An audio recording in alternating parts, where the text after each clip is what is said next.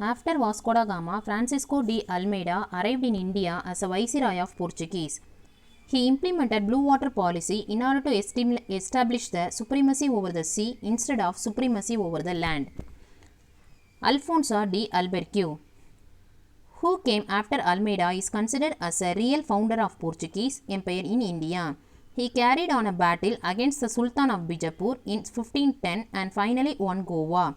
The Portuguese had complete monopoly over trade with India for almost a century. Their power declined with the arrival of English and French in India. The Dutch. Dutch are from Holland, which also called Netherlands. They broke the monopoly of Portuguese in India. They established United East India Company in 1602 with the aim of doing business with East countries and entire countries like India, Java, Sumatra, Indonesia and spice-rich islands. They established the warehouses in Surat, Broch, Campe, Kochi, Nagapattinam, Machulipatnam and Chinsur. With this, they broke the monopoly of Portuguese in India. Later failing to break competitions from English and French, Dutch limited themselves to spice-rich islands. The British, in 1600, December 31, Queen Elizabeth issued a royal charter authorizing East India Company to trade with eastern countries for 15 years. The company started the business formally in 1613. Mughal Emperor Jahangir. Jahangir issued a royal formation to English to establish their first warehouse or factory at Surat in 1617. Sir Thomas Roe. In 1617, Sir Thomas Roe arrived at the court of Jahangir as a royal ambassador from the court of James I.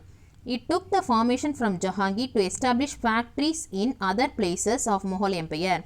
English established factories in Agra, Ahmedabad and Broch. In 1639, English took Madras, which is now called Chennai, from the king of Chandragiri and established a strong fort called St. George Fort. Later, Prince of England Charles II received Bombay in the form of dowry during his marriage with Catherine. In 1668, Charles gave Bombay as an annual rent of £10 per year to East India Company. In 1619, the English purchased 3 villages, namely Sutanaudi, Kalikata and Govindapura, on the bank of the Googly River and built Fort William in Calcutta. By 17th century, English had established Bombay, Madras and Calcutta and a centre of the presidency. By the later part of the 18th century, the English made Calcutta as a capital city. They implemented their own civil and criminal procedures code in area which was under their control. The Danish. On March 1760, the King of Denmark, Christian IV, issued a charter and created the English East India Company. They established settlement at Tranquebar under Tamil Nadu, Serampore under Bengal. They failed to strengthen in India and sold all their settlements in India to the British in 1845. The French. The French East India Company started as a government-owned company in 1664. They started their first factory in Surat in the year 1668. Later, they established their factories at Masulipattinam, Chandranagar, Mahi, Karaikal, Balasur and Quazim Bazar. In 1674, French took Vaikuntapuram from local Muslim official and developed as a major trade center. Later, that center was called Puducherry or Pondicherry.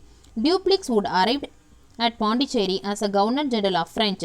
Had high ambition of establishing French had its major power in South India. This ambition of Dupleix became the major reason for the Carnatic Wars between French and English. Boys, there were 3 Carnatic Wars happened between English and French. First Carnatic War, Second Carnatic War and Third Carnatic War. Boys, today we are completed this lesson fully. On Friday, you have a test on this lesson. Thank you.